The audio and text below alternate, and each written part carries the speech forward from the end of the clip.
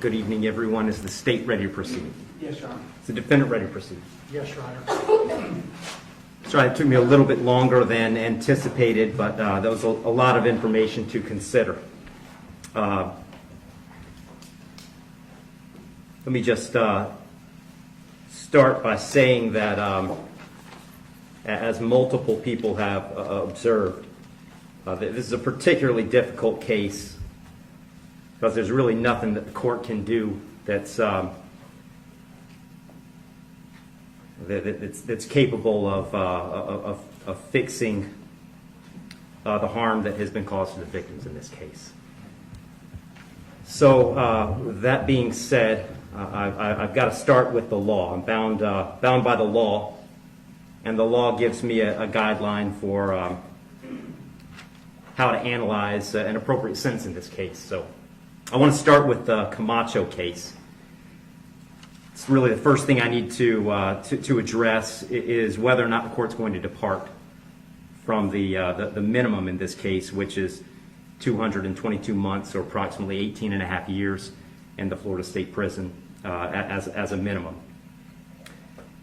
The Camacho case, as Mr. Fitzgibbons pointed out and argued, lays out really a three-factor test. Is there a valid legal basis for departure?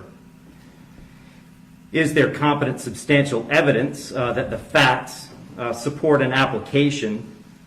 Or so do the facts apply to the departure basis that is being asserted? To both of those questions, I answer those yes. There is a valid legal basis for departure, and there is competent substantial evidence that would support a departure. And really, I'd find that as to all of the departure bases argued, with the exception of the disparity argument. I'll just comment on that one for a moment. The defendant has argued that an available basis for departure is the disparity between the guidelines and the sentence that Mr. Barano got. I don't agree with that. I agree that disparity could potentially be an available legal basis for departure.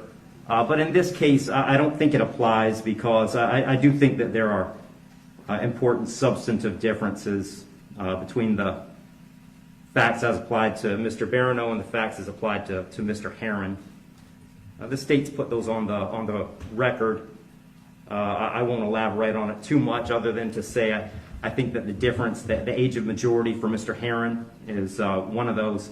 But mostly I just think that the facts are different as between those two defendants. And so I don't believe that the facts in this case support that as a departure basis because I believe that a disparity in sentence between Mr. Barano and Mr. Herron is appropriate in this case. That brings me to the third question of should essentially the third factor under the Camacho case is should the trial court depart? And the court in this case is going to decline to depart. So I'm answering that question in the negative. The trial court in this case is not going to depart. And I don't reach that decision lightly. When evaluating an appropriate sentence, I will start with Florida Statute 921.002.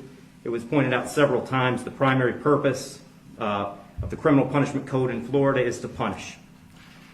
And I've got to take into account the severity of the primary offense and the circumstances surrounding the primary offense. When I take into account circumstances and severity, a lot of what I'm taking into account really when I sentence is intent and harm.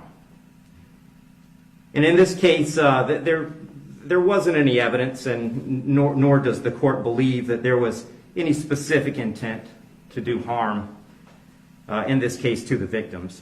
But there was intent to drive at an egregious speed, 102 miles an hour, regardless of the consequences and regardless of of who that ended up harming.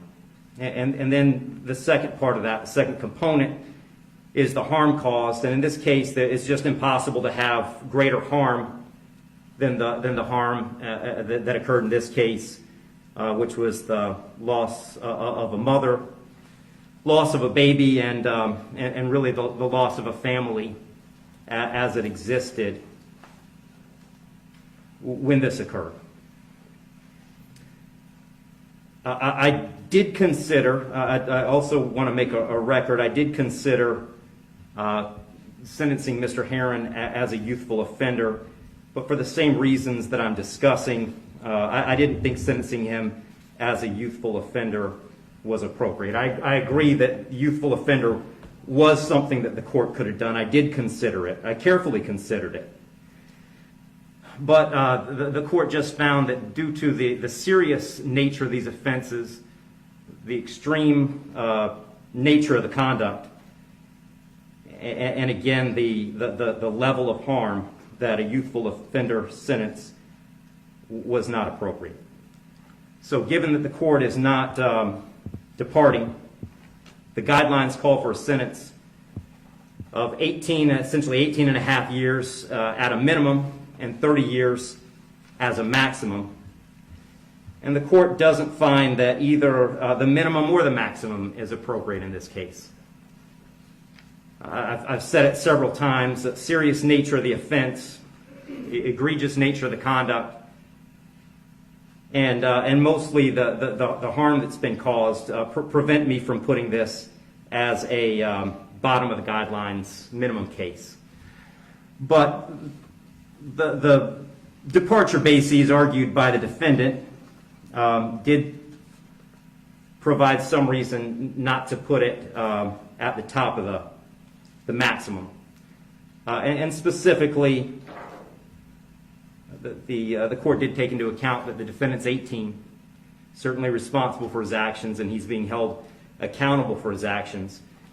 But the age of 18, the court finds, is a mitigating factor and shouldn't put this at a maximum. Also, the complete lack of prior criminal history is something that the court considered as preventing this from being at the top. So having said all that, the court is going really toward the middle between the minimum under the guidelines and the maximum punishment permitted under Florida state law. So on count one, vehicular homicide, the court's going to adjudicate the defendant guilty, sentence him to 9 years in Florida state prison. On count two, same charge, court will adjudicate the defendant guilty, sentence him to 15 years Florida state prison, and that'll run consecutive to count one, for a total of 24 years Florida state prison. Count three is a misdemeanor, unlawful racing on a highway, so the court will adjudicate the defendant guilty, sentence him to time served. Give credit for time served, I believe, 2 days. Court will impose mandatory court costs. Mr. Herron, you have given up the right to appeal the determination of your guilt or innocence. You do have 30 days to appeal the sentence of the court. And I'll direct the bailiffs to take Mr. Herron into custody.